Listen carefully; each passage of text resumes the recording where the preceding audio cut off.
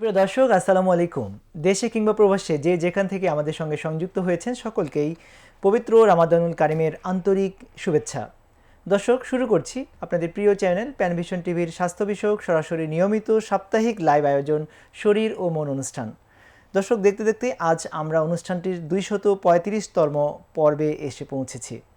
দর্শক, আমরা আজকে আলোচনা করব আমাদের বর্তমান রামাদান মাস চলছে অত্যন্ত ভাব গাম্ভীর্যের সাথে এবং মুসলিমদের জন্যে অত্যন্ত উৎসবমুখর পরিবেশে এই রামাদান মাস পালিত হচ্ছে।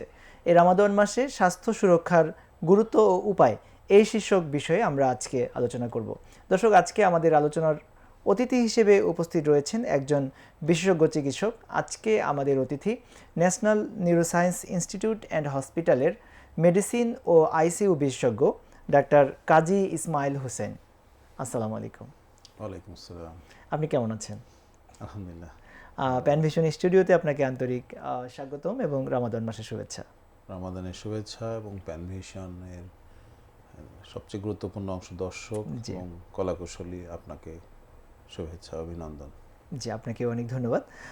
আমরা আজকে কথা বলতে চাই রামাদানের, যেহেতু রামাদান মাস চলছে, রামাদানের আজকে সপ্তম রোজা আমরা পালন করছি।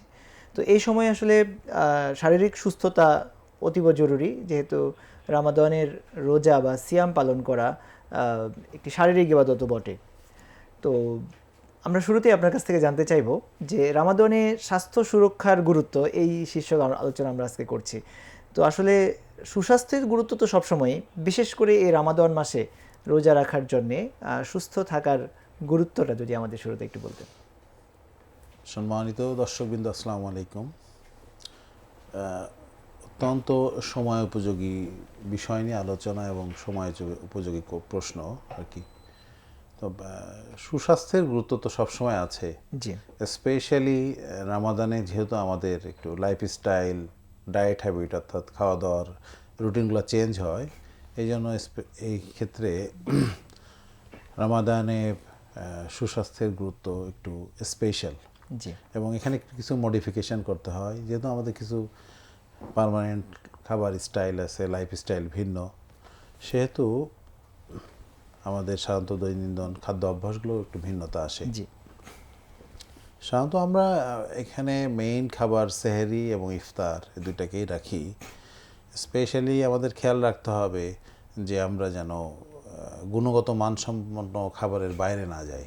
জি, আমরা খাবারের বিষয়টা আপনার কাছ থেকে স্পেশালি শুনবো। আমরা প্রথমে আপনার কাছে যেটা বুঝতে পারলাম যে আসলে সুস্থ না থাকলে তো রোজার ইবাদতগুলো আসলে ঠিকমতো করতে পারবে না। এজন্য সুস্থতা আগে নিশ্চিত করতে হবে। অবস্থা অবস্থা, জি।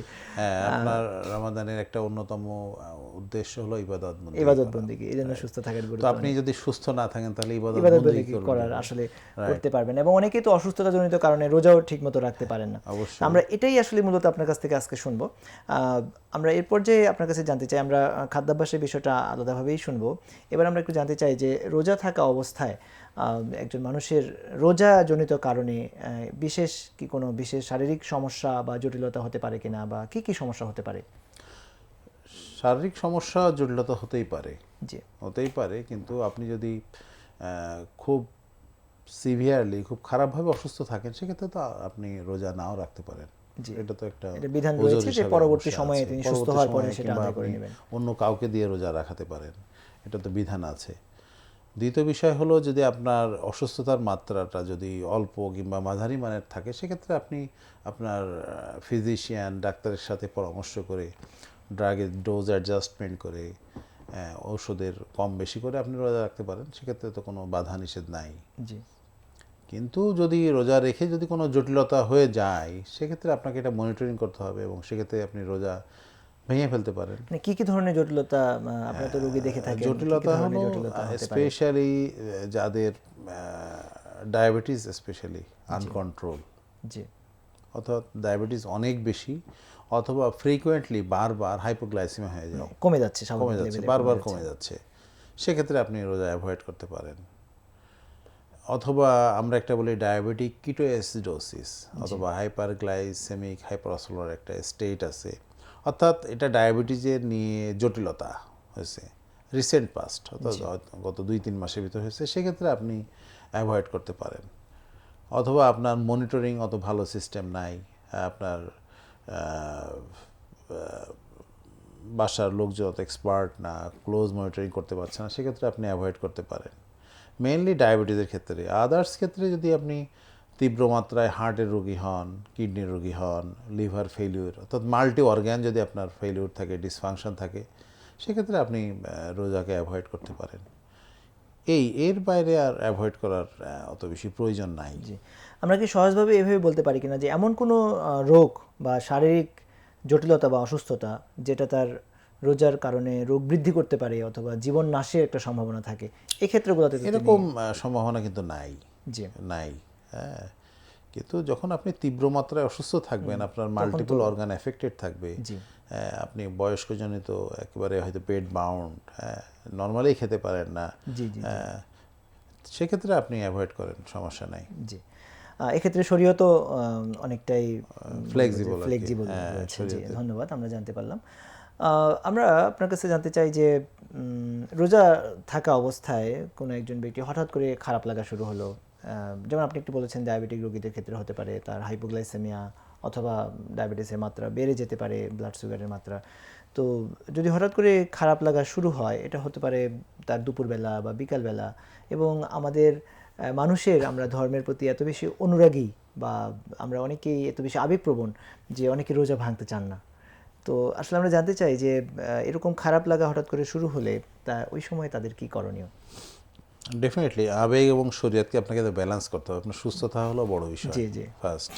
তো আপনার তো রোজা রাখা অবস্থায় যে কোনো সমস্যা হতে পারে, এটা তো রুটিন বিষয়। আপনার জি রোজা থাকা অবস্থায় হতে পারে, না থাকা অবস্থায় হতে পারে। স্পেশালি রোজা থাকা অবস্থায় আমাদের মেইনলি দুইটা বিষয় খেয়াল রাখতে হয়। একটা হলো ডিহাইড্রেশন, হ্যাঁ, ডিহাইড্রেশন অর্থাৎ হলো পানি স্বল্পতা যদি হয়, আর ব্লাড সুগার যদি কমে যায়, যারা ডায়াবেটিক পেশেন্টদেরই তো শুধুমাত্র ব্লাড সুগারটা কমে যায়। তো ব্লাড সুগার কমে গেলে আপনাকে রোজা ভেঙে ফেলতে হবে। স্পেশালি যদি কোনো ক্ষেত্রে ব্লাড সুগার 3.9-এর নিচে চলে আসে, অথবা যদি বেড়েও যায়, অনেক ক্ষেত্রে দেখা যায় 16, 16.5-র উপরে চলে গেলেও উচিত আপনার রোজা ভেঙে ফেলা, সেটাকে স্বাভাবিক মাত্রা নিয়ে স্বাভাবিক মাত্রায় আনার জন্য আপনার প্রয়োজনীয় উপকরণ গ্রহণ প্রয়োজনীয় পদক্ষেপ নেওয়া। আর যদি আপনি ডিহাইড্রেশনে চলে যান, হ্যাঁ, তো এই যে অনেক সময় তীব্র রোদ্রে কাজ করছে, হিট স্ট্রোক, হিট শক, হ্যাঁ, এমনি নর্মালি এক্সারসাইজ বেশি করছেন কিংবা কাজকাম বেশি করছেন, হঠাৎ করে পড়ে গেলেন, হ্যাঁ, পোস্টাল হাইপোটেনশন হয় ডিহাইড্রেশন থেকে মূলত, তাহলে আপনি সেক্ষেত্রে রোজা অ্যাভয়েড করতে পারেন। জি এই দুইটা আমরা বুঝতে পারলাম। এখানে একটু আমাদের জেনে রাখার দরকার আছে যে যদি ডায়াবেটিসের রোগীদের হাইপোগ্লাইসেমিয়া যেটাকে বলা হচ্ছে, যে ব্লাড সুগারের মাত্রা স্বাভাবিক মাত্রা নিচে নেমে আসলে যে সমস্যাগুলো হয়, রোগী কীভাবে বুঝতে পারবেন যে তিনি হাইপোগ্লাইসেমিয়াতে যাচ্ছেন? হ্যাঁ, সাধারণত রোগী হঠাৎ করে দেখা যায় যে শরীরে একটা ঘাম দিল, হ্যাঁ, কিংবা চোখে অন্ধকার দেখতেছে, মাথা ঘুরছে, হ্যাঁ, জি। শরীর ঘামতেছে, হাত টাত কাঁপাকাঁপি শুরু হয়ে গেছে, হ্যাঁ, সেক্ষেত্রে অনেক সময় রোগী দেখা যায় অজ্ঞান হয়ে গেল, গ্র্যাজুয়ালি যেতে অজ্ঞান হয়ে গেল। তো তাহলে তার উচিত হবে ওই সময় ব্লাড সুগারটা মেপে দেখা। রুটিনলি ব্লাড সুগার মাপা উচিত। আরেকটা প্রশ্ন আমাদের অনেক সময় মাথায় উকি দেয় যে মানুষের ভিতরে একটা ধারণা আছে যে শরীরে রক্তপাত হলে রোজা ভেঙে যায় কিনা। তো এই ব্লাড সুগার মাপার ক্ষেত্রে না না শরীয়তের না, দৃষ্টিভঙ্গিটা এটাতে রোজা ভাঙে না। না না, রোজা ভাঙবে না। জি, অনেক ধন্যবাদ, রোজা আমরা ভাঙবে না। বিষয়টি পরিষ্কার হলাম। আরেকটা বিষয় আমরা জানতে চাই আপনার কাছে যে রোজা থাকা অবস্থায় একজন সুস্থ মানুষ তিনি হঠাৎ করেই সকালবেলা বা দুপুরের পর থেকে তিনি জ্বর অনুভব করছেন। তো আমরা তো জানি যে জ্বর আসলে অনেক সাধারণ মানুষও যে ওটিসি ড্রাগগুলো পাওয়া যায়, প্যারাসিটামল, এগুলো খেয়ে নেয়। তো রোজা থাকা অবস্থায় তার জ্বর আসছে এবং ক্রমান্বয়ে সেটা বাড়ছে, যে বিকাল পর্যন্ত সেটা আরও বাড়তে পারে। এই পরিস্থিতিতে তাদের জন্য কোনো পরামর্শ আছে আপনার কিনা? জ্বর তো আসলে একটু খারাপ অবস্থার বিষয়। যদি এমন মনে করেন যে পারছেন না, তাহলে রোজা ভেঙে ফেলতে পারেন অবশ্যই। আর যদি আপনার কনফিডেন্স থাকে, শারীরিক সক্ষমতা থাকে না যে পারবেন, একটু ওয়েট করি, সেক্ষেত্রে আপনি ওয়েট করতে পারেন অথবা শরীর মুছে ফেলতে পারেন পানি দিয়ে। জি, বিকল্প যে ব্যবস্থাগুলো আছে হ্যাঁ, হালকা কুসুম গরম পানি দিয়ে গামছা ভিজে সমস্ত শরীরটা মুছে ফেললেন, ফ্যানের নিচে থাকলেন, সেক্ষেত্রে জ্বর কমে যাবে। অথবা আপনি তো সাপোজিটরি আছে, সেটার ক্ষেত্রে প্যারাসিটামল না পা, এই যে স্কলারদের একটা মতামত আছে যে সাপোজিটরি তো রোজা ভাঙে না। সাপোজিটরি নিলে না, প্রবলেম নাই, সাপোজিটরিলি জ্বর কমে গেল, এরপর আপনি ইফতার অ্যাজ ইউজুয়াল করলেন, তারপর আপনি ডিসিশন নিলেন নেক্সট অন্যান্য খুবই মেডিকেশনগুলো চমৎকার একটি নিলেন। পরামর্শ আসলে আপনার কাছ থেকে আমরা পেলাম। আমরা এই পর্যায়ে আপনার কাছে জানতে চাই যে রোজা থাকা অবস্থায় আমাদের যেটা সবচেয়ে বেশি জরুরি বা যে সমস্যাগুলো আমাদের বেশি ফেস করতে হয় সেটা হচ্ছে খাদ্যাভ্যাস। যেহেতু রোজা রাখাটাকে আমরা আমরা এটা অত্যন্ত গুরুত্বপূর্ণ আমাদের ইবাদত, সারাদিন আমাদের না খেয়ে থাকতে হয়।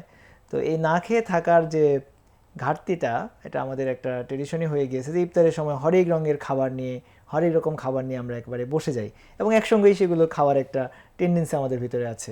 তো এই বিষয়টাকে আসলে কিভাবে আপনি পরামর্শ দিবেন এবং এই সময় খাদ্যাভ্যাসটা আসলে কীরকম হওয়া উচিত? হ্যাঁ, প্রথম বিষয় খুবই আসলে ইম্পর্ট্যান্ট ইস্যু, এটা একটা খাদ্যাভ্যাসের ভিতরে। প্রথম বিষয় হলো আপনি কোনগুলো অ্যাভয়েড করবেন। জি হ্যাঁ, অ্যাভয়েড করবেন সাধারণত অতিরিক্ত তেল, অতিরিক্ত চর্বি, অতিরিক্ত মিষ্টি কিংবা সুগার, জি অতিরিক্ত কার্বোহাইড্রেট, এগুলাকে অ্যাভয়েড করবেন। আর তেল চর্বি জাতীয় খাবারের ভিতরে স্পেশালি যে আমরা ভাজা পোড়া যেগুলো খাই, এগুলো তো অ্যাভয়েড করলে ভালো। যদি নাও করতে পারেন অন্তত বাইরের অনেক ক্ষেত্রে দেখা যায় যে দোকানগুলোতে একই তেল বারবার পোড়ানোর পরে আবার ওখানে নতুন তেল দিয়ে এগুলো ভাজা হয়, সেক্ষেত্রে প্রধান সমস্যা হয় এগুলা তেলের কোয়ালিটি নিয়ে প্রশ্ন থাকে। সেক্ষেত্রে আপনার তো একটা ওই সময় সমস্যা হতে পারে, পেটের দীর্ঘমেয়াদী অনেক ঝামেলা আছে। কিন্তু এখানে কিন্তু কার্সিনোজেন উৎপন্ন হয়, জানেন কিনা, যে ক্যান্সার তৈরি হওয়ার জি একটা এরকম রিয়াকশন হতে পারে। দ্বিতীয় বিষয় হলো আপনি অতিরিক্ত চিনি, শরবত, চিনি দিয়ে শরবত, হ্যাঁ, বেশি পরিমাণে এগুলো অ্যাভয়েড করতে পারলে ভালো। কিংবা কার্বোহাইড্রেটও আপনি মেইনলি প্রোটিন এবং এর উপরে জোর দেবেন, লিকুইড। হ্যাঁ, আপনি শরবত যদি খেতে চান তো আপনি লেবুর শরবত খেতে পারেন, হ্যাঁ, সেক্ষেত্রে শরীরের জন্য ভালো। ডাবের পানি খেতে পারেন, এগুলা আপনি শরবতের বিকল্প হিসেবে রাখতে পারেন। আর পানি স্বল্পতার ক্ষেত্রে, হাইড্রেশনের ক্ষেত্রে আপনি প্রচুর পরিমাণে পানি খাবেন, কিন্তু একবারে অনেক বেশি খাবেন না। ইফতারে অনেক খেয়ে ফেললেন কিংবা সেহরিতে অনেক পানি খেলেন, হ্যাঁ, সেহরিতে 2-3 লিটার পানি খেয়ে ঘুমাইলেন, এটা আননেসেসারি, প্রয়োজন নেই। আপনার মেইন টার্গেট থাকবে ডেলি 2-3 লিটার পানি খাবেন, কিন্তু পানিটা খাবেন ইফতার থেকে সেহরির মাঝে, ঘুমানোর আগ পর্যন্ত। এই সময় বারবার পানি খেলেন, মানে সে নিয়ে অল্প অল্প করে খেতে অল্প অল্প থাকবেন। করে খেতে থাকবেন। জি হ্যাঁ, আপনি ইফতারের পরে অল্প অল্প পানি খেলেন, খেয়ে ঘুমাই গেলেন, সেহরির সময় হয়তো বা 2-3 গ্লাস খেতে পারেন আর কি সর্বোচ্চ। এইভাবে আপনি হাইড্রেশনটাকে ঠিক রাখবেন। আর তো বললামই ফ্যাট জাতীয় খাবার একটু কম খাবেন, তবে আপনি প্রোটিন খেতে পারেন, হ্যাঁ, স্পেশালি মাছ, মাংসের ভিতরে মুরগির মাংস হলে বেটার। এখানে তো এগুলো তো রেড মিট না, হ্যাঁ, লো ফ্যাট। সেক্ষেত্রে আপনি এইগুলো খেতে পারেন। আর সবজি খাবেন, হ্যাঁ। আর স্পেশালি ভালো খাবার ভিতরে একটা খেজুর, হ্যাঁ, খেজুর হাইলি নিউট্রিশাস ফুড, এখানে প্রচুর পরিমাণে এনার্জি, এবং এটা সুন্নাও তো, থাকে, সুন্নাহ সুন্নাহ ডেফিনেটলি, সেই নিয়েতে খেতে পারেন। তবে একটা বিষয়, যারা ডায়াবেটিক তারা খেজুরের ক্ষেত্রে একটু লিমিটেশন রাখবেন, হ্যাঁ, খান বাট অনেক বেশি না খেলে আবার ব্লাড সুগার বেড়ে যাবে, সেটা খেয়াল রাখতে হবে। মোটামুটি এগুলাই খাদ্যাভ্যাস। আপনি ফ্রুটস খেতে পারেন, ফল খেতে পারেন, দেশি বিদেশি যে কোনো ফল খেতে পারেন ইফতারে। হ্যাঁ, মোটামুটি এগুলাই। আমরা আরেকটা বিষয় আপনার কাছে জানতে চাই যে একটু আমাদের, যেহেতু আমাদের দর্শকেরা অনেকেই একেবারে সাধারণ মানুষ, অনেক প্রান্তীয় এলাকা থেকে আমাদের সঙ্গে আমাদেরকে দেখছেন, তো ওই একই কথাই আবার আসছে যে যখন আমরা খাবারটা সামনে আমাদের চলে আসে তখন আমরা একসঙ্গে খেতে চাই। এটাকে আপনি কিভাবে আসলে ফ্রাকশন করে খেতে পারেন? মানে ইফতারের যেমন আমাদের স্বাভাবিক রুটিনটা হচ্ছে যে আমরা ইফতারটা করি একসাথে, একটু ভারী খাবার খেয়ে মাগরিবের নামাজ পড়তে যাই, তারপরে শরীর কিন্তু অনেকে একটু নাজেহাল হয়ে যায়, আবার কিন্তু তারাবি নামাজ আছে। তো আপনি এই বিষয়টাতে যদি একটু পরামর্শ দিতেন আমাদের। আপনি ইফতারে যত কম খেতে পারেন সেটাই ভালো। জি হ্যাঁ, পানি খেলেন, একটু খেজুর খেলেন, সাথে আপনি একটু জুস টুস যদি খেতে চান, ডাবের পানি কিংবা স্যুপ জাতীয় খাবার, লিকুইড জাতীয় খাবার খেলেন, লাইট খাবার খেলেন আর কি। জি জি খেয়ে আপনার যে প্রয়োজন হয় আপনি নামাজ কালাম পড়ে দেন, তারপর রাতে আবার খেতে চাইলে খেলেন, সমস্যা নাই। বাট একেবারে বেশি খাবার খেলে কিন্তু শরীর দুর্বল হয়ে যায়, হ্যাঁ, হঠাৎ করে ব্লাড সুগার বাড়ে, শরীর ইলেক্ট্রোলাইটস, পটাশিয়াম কমে যায়, শরীর একেবারে নেতিয়ে যায়। এবং বিশেষ করে যেহেতু আমাদের তারাবি নামাজ একটা ইস্যু, এক লম্বা সময় আমাদের নামাজ পড়তে হয়, সেটারও শারীরিক ফিটনেসের একটা ব্যাপার আছে। তাহলে খাবারটাও নিশ্চয়ই এমনভাবে খাওয়া উচিত যে অনেক বেশি খাবার খেয়ে শরীর ভারী হয়ে গেল, নামাজে ব্যাঘাত ঘটছে, সেটা নিশ্চয়ই করা উচিত। হ্যাঁ, না সেটা অ্যাভয়েড করাই বেটার। জি, একসাথে বেশি না খেয়ে আমি অল্প করে বারবার খেলাম আর কি। অনেক ধন্যবাদ আপনাকে। আমরা ডায়াবেটিস নিয়ে কিছু কথা আপনার কাছ থেকে শুনলাম, আমাদেরকে একটু আপনি বলবেন কিনা যে ডায়াবেটিস রোগী ছাড়া এর পাশাপাশি আর কি কি বিশেষ রোগ রয়েছে যাদেরকে রোজা থাকা অবস্থায় বিশেষ সতর্ক থাকতে হবে? যেমন একটা হচ্ছে ডায়াবেটিসের কথা আপনি বলেছেন, এবং এটাও নিশ্চয়ই বলেছেন আরও জটিল কোনো রোগ যদি কারোর থেকে থাকে, হার্ট, কিডনি, তাদের ক্ষেত্রে কি কোনো বিশেষ সতর্কতার দরকার আছে কিনা? ডেফিনেটলি আপনার রমজানে তো মেইনলি আসলে ডায়াবেটিস মেইন সব কিছু কাভার করে। অন্যান্য রোগের ক্ষেত্রে আপনার রমজানে যে স্পেশাল সতর্কতার দরকার আছে এমন কিন্তু না, এমন না। আপনি অন্যান্য ডিজিজের ক্ষেত্রে আপনি রেগুলার মেডিকেশন যেগুলো আছে, আপনার হয়তো অনেক ওষুধ দুপুরে খেতে হয়, জি, তো সেটা আপনি অ্যাডজাস্ট করে সকালে মানে সেহরি কিংবা সংশ্লিষ্ট ইফতারে, চিকিৎসকের সঙ্গে যোগাযোগ করে হ্যাঁ, এটাকে অ্যাডজাস্ট করে এবং নেওয়া। সেগুলো আগে থেকে প্ল্যান করা উচিত, এবং এই শিডিউলগুলো মিনিমাম ধরেন 1.5 থেকে 2 মাস আগে রমজানের প্রিপারেশন হিসেবে আপনি আগে থেকে চেঞ্জ করে ফেলবেন।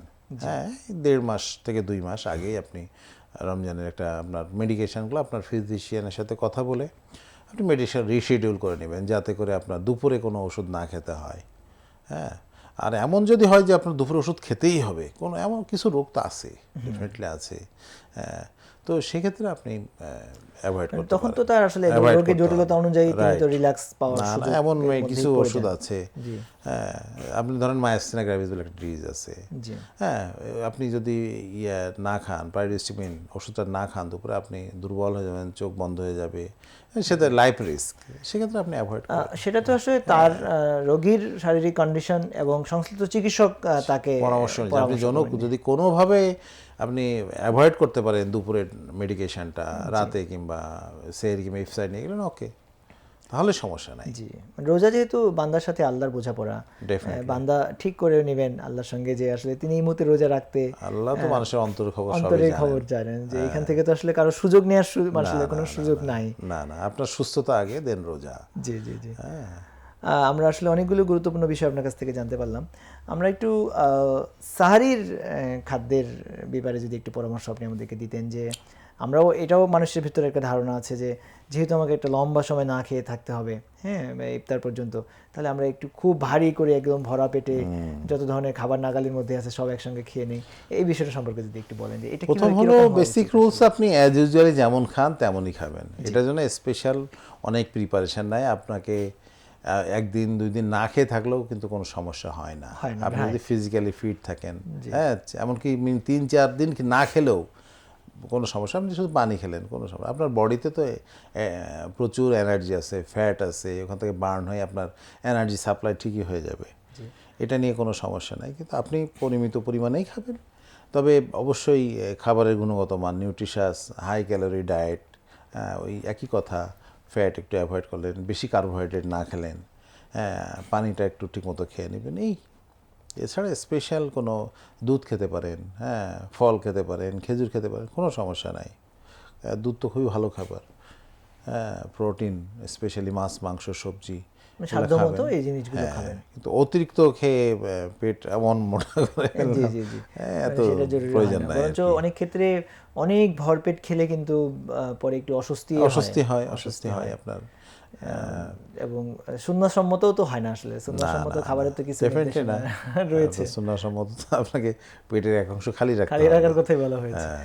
আশা করি আমাদের দর্শকেরা আপনার এই পরামর্শগুলো থেকে অনেক বেশি উপকৃত হয়েছেন এবং হচ্ছেন। দর্শক, আমরা শেষে যাচ্ছি, তারপরেও যারা আমাদেরকে সরাসরি দেখছেন, যদি এই বিষয়ের কোনো প্রশ্ন আপনাদের ভিতরে আপনাদের চিন্তায় উকি দেয়, তাহলে আপনারা স্ক্রলে দেখানো নাম্বারটিতে ফোন করার মাধ্যমে আপনারা আমাদেরকে ফোন করে সরাসরি উত্তর জেনে নেওয়ার চেষ্টা করতে পারেন শেষ মুহূর্তে, অথবা ফেসবুক এবং ইউটিউবে কমেন্ট করার মাধ্যমে আপনারা আপনাদের প্রশ্নগুলো আমাদেরকে করতে পারেন। আমাদের সম্মানিত অতিথি উত্তর দিবেন। আমরা প্রায় শেষের দিকে চলে এসেছি, তো আপনার কাছ থেকে আমরা শেষ পর্যায়ে যেটা জানতে চাই যে আসলে সুস্থ রেখেই তো রোজার সিয়াম ব্রত পালন করতে হবে, তো এই সুস্থ থাকার জন্য, স্বাস্থ্য সুরক্ষার জন্য সার্বিকভাবে আমাদের দর্শকদের প্রতি আপনার কি পরামর্শ রয়েছে, সেই পরামর্শগুলো পেলে আমরা আমাদের অনুষ্ঠান শেষ করব। আমাদের দর্শকদের উদ্দেশ্যে যদি বলতেন।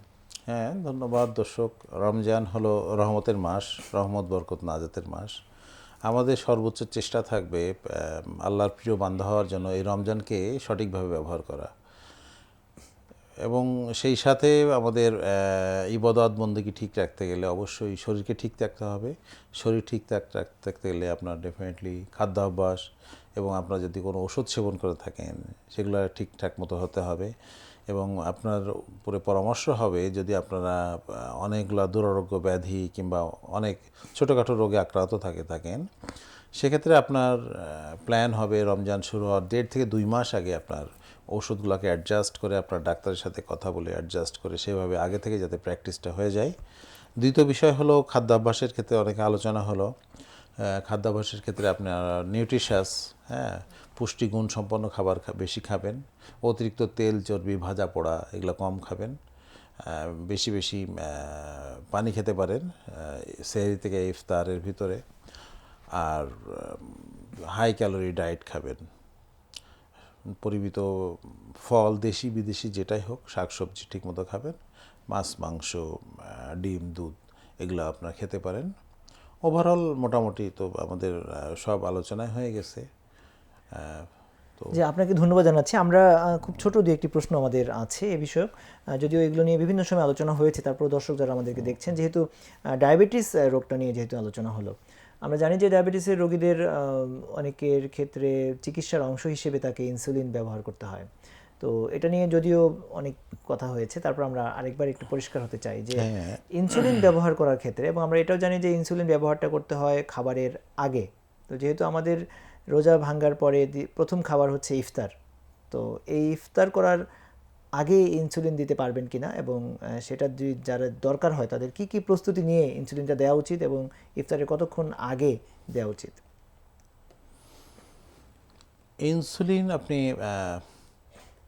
দিতে পারবেন, ইনসুলিন দিতে কোনো বাধা রোজা নাই, ভাঙে না। রোজা ভাঙে না। জি হ্যাঁ, দুইটা বিষয়, আপনি ওষুধ খাচ্ছেন ইনসুলিনও নিচ্ছেন, জি অথবা শুধুমাত্র ওষুধ খাচ্ছেন। ঔষধের ক্ষেত্রে আমরা রমাদানে কিছু ওষুধকে অ্যাভয়েড করব, জি যেসব ওষুধগুলো দীর্ঘ সময় ধরে কাজ করে। জি ধরেন 24 ঘন্টা ধরে কাজ করে কিছু ওষুধ আছে আসলে যেগুলো হাইপোগ্লাইসিমিয়া করার চান্স থেকে যায়। সালফোনাইল ইউরিয়াস বলে আমরা একটা গ্রুপের ওষুধগুলো বলি। এই যেমন সেক্রিন নাম শুনছেন, কমপ্রিট, এই ধরনের ওষুধগুলো আমাদের রমাদানে অ্যাভয়েড করা ভালো। জি এগুলো অ্যাভয়েড করে আপনি অন্য গ্রুপের ওষুধ খেতে পারেন যেগুলোতে হাইপোগ্লাইসিমিয়া, ব্লাড সুগার বেশি কমে না যায়। সেই ধরনের ওষুধগুলোর ভিতরে আমরা DPP-4 বলি, এই ধরনের ওষুধগুলো আমরা চালু করতে পারি।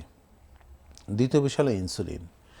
ইনসুলিন আপনি নিতে পারবেন, কিন্তু ইনসুলিনের ডোজ কমাতে হবে। ইনসুলিন আপনি প্রধান যে ইনসুলিন নিচ্ছেন বেজাল ইনসুলিন আমরা বলি, বেজাল ইনসুলিনটা আপনি ইফতারে নেবেন। আর অন্যান্য ইনসুলিন নিলে সেহরি ইফতারে তো নেবেনই, বাট ইফতারে আপনি বেজাল ইনসুলিনটা নেবেন। সাধারণত ইফতারে আপনি যা নিতেন তার 15 থেকে 30% ডোজটা কম নেবেন। অর্থাৎ আগে আপনি নিতেন হলো 20 ইউনিট, এখন হয়তো বা 20 ইউনিটের 30% বলতে 6 ইউনিট হয়তো বা আপনি এখন 14-15 ইউনিট নিলেন জি ইফতারে। আর সেহরিতে আপনি যে ইনসুলিনটা নেবেন এই ইনসুলিনটা আপনি সাধারণত 25 থেকে 50% কমায় দিবেন।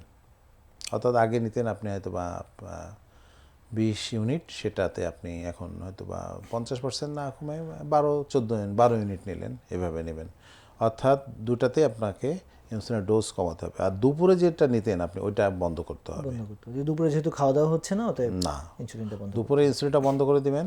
আপনি সকালে যেটা নিতেন আগে ওইটা চলে আসবে ইফতারে, আর রাতে যেটা নিতেন ওটা চলে যাবে সেহরিতে। এটা একটা সুন্দর সহজ একটি সহজ হিসাব, দুপুরেরটা বাদ। আর ডোজ কমায় নেবেন। ইফতারে যেটা নেবেন এটা 15 থেকে 30%, অর্থাৎ ধরেন 4 ভাগের 1 ভাগ আপনি কমায় ফেললেন, আর সেহরিতে আপনি 3 ভাগের 1 ভাগ কমায় ফেললেন এটা। আর ব্লাড সুগার মনিটরিং করতে গেলে আপনি সাধারণত ইফতারের আগে একবার দেখবেন, ইফতারের 2 ঘন্টা পরে একবার দেখবেন। ইফতারের আগে মানে ইনসুলিন দেওয়ার আগে? ইনসুলিন দেওয়ার আগে ডেফিনেটলি, জি ইনসুলিন দেওয়ার আগে তো অবশ্যই। আর সেহরি খাওয়ার আগে সেহরি 2 ঘন্টা পরে আপনি দেখতে পারেন, নাও পারেন, কারণ সেহরি পরে মানুষ ঘুমায় থাকে, এটা দেখার তো। আর দিনের মধ্যভাগে মধ্যভাগে একবার দেখবেন, দুপুরে একবার দেখবেন, এভাবে আপনি ব্লাড সুগারটাকে আমার ডায়াবেটিস রোগী যারা ঔষধ মেডিকেশন বা যারা দীর্ঘদিন ধরে ডায়াবেটিস রোগী যারা রয়েছেন তাদের সকলের ব্লাড সুগার মাপার যে মেশিন গ্লুকোমিটার এটা কাছে থাকতে হবে, অবশ্যই সকলের কাছে কাছে থাকতে রাখা হবে, উচিত, right. বিশেষ করে রমাদান মাসে তো অতীব জরুরি, যে সময় তার খারাপ লাগা শুরু হবে, এটা তো আপনি বলেছেন যে এটা মেপে দেখতে হবে। আর অনেকে এখন কন্টিনিউয়াস ব্লাড গ্লুকোজ মনিটরিং একটা মেশিন দিয়ে নেন, যেটা এটা সাধারণত ইফতারের 3-4 ঘন্টা আগে একটু ডোজ কমায় দিতে হয়, জি। অল্প করে, হয়তো বা 20-30% ডোজটা একটু কমায় দিতে হয়। মূলত আপনি আপনার উপর পরামর্শ থাকবে, আপনি আপনার ফিজিশিয়ান যিনি আছেন ওনার পরামর্শ অনুযায়ী আপনি 1 থেকে 2 মাস আগে ডোজ অ্যাডজাস্ট করে ফেলবেন সবকিছু, জি। ওই অবস্থায় শুরু করে দেবেন। আসলে একজন মুসলিমের তো সেই চেতনায় থাকা উচিত, যেহেতু রমাদান মাস আসছে, তার প্রস্তুতি আমি কিভাবে নিজেকে ফিট রাখতে পারি সেই প্রস্তুতি তার অনেক আগে থেকেই শুরু করা উচিত। ডেফিনেটলি। এবং রমাদানের সুস্থতার শারীরিক এবং সাথে মানসিক, জি আত্মিক প্রস্তুতি সবই প্রস্তুতি থাকা নিতে উচিত। হবে। আমরা আসলে অনেকগুলো গুরুত্বপূর্ণ বিষয় আপনার কাছ থেকে জানতে পারলাম, দেখতে দেখতে আমাদের সময়ও ফুরিয়ে এসেছে। আমরা আজকের অনুষ্ঠান এখানে শেষ করতে চাচ্ছি। যদি আমাদের দর্শকদের জন্য আপনার শেষ কোনো কথা থাকে সেটা বলার মধ্য দিয়ে আমরা অনুষ্ঠান শেষ করি। প্রিয় দর্শকবৃন্দ, আশা করি আপনাদের কিছুটা হলেও উপকার হবে। আজকে আমরা যে বিভিন্ন আলোচনা করলাম, আপনাদের এই ধরনের পরামর্শগুলো আপনাদের জীবনের উপর প্রয়োগ করে আপনাদের শারীরিক সুস্থতা চলতে থাকুক এবং আপনাদের ইবাদত বন্দেগীগুলা নির্বিঘ্নে হোক, এই শুভকামনায় আপনারা সবাই ভালো থাকবেন, আমার জন্য দোয়া করবেন। আসসালামু আলাইকুম। ওয়ালাইকুম আসসালাম। আপনাকে অনেক বেশি ধন্যবাদ, আপনার এই ব্যস্ততার মধ্যে রোজা রেখে আমাদেরকে আপনি সময় দিয়েছেন, এই জন্য আপনাকে আন্তরিকভাবে ধন্যবাদ। আপনাকে ধন্যবাদ, প্যানভিশনের সমস্ত কলাকুশলী দর্শক সবাইকে ধন্যবাদ। দর্শক আপনাদেরকেও আন্তরিক ধন্যবাদ জানাচ্ছি। রোজার দিনে এই পড়ন্ত বিকেলে ক্লান্তির মুহূর্তে আপনারা বসে আমাদের এই অনুষ্ঠান দেখছেন দেশে বা দেশের বাইরে থেকে, আপনাদের সকলকে আন্তরিকভাবে ধন্যবাদ জানাচ্ছি। দর্শক, আজকের এই পর্বে রমাদানে সুস্থ থাকার গুরুত্ব এবং সুস্থতার জন্য গুরুত্বপূর্ণ যে পরামর্শগুলো আমাদের অতিথি আমাদেরকে দিয়েছেন, আশা করি সেই পরামর্শগুলোর আলোকে আমাদের এই রমাদান মাসে আমাদের সুস্থতা, স্বাস্থ্য সুরক্ষা এবং সেই সাথে রমাদানের রোজাগুলোকে সুন্দরভাবে পালন করার মাধ্যমে একটি ভাব গাম্ভীর্যের মাধ্যমে রমাদান উদযাপনের জন্য সহায়ক হবে। আপনারা ভালো থাকবেন, সুস্থ থাকবেন। পরবর্তী পর্বে ভিন্ন কোনো একটি বিষয় নিয়ে আবারও আমরা হাজির হব। আল্লাহ হাফেজ। আসসালামু আলাইকুম ওয়া রাহমাতুল্লাহ।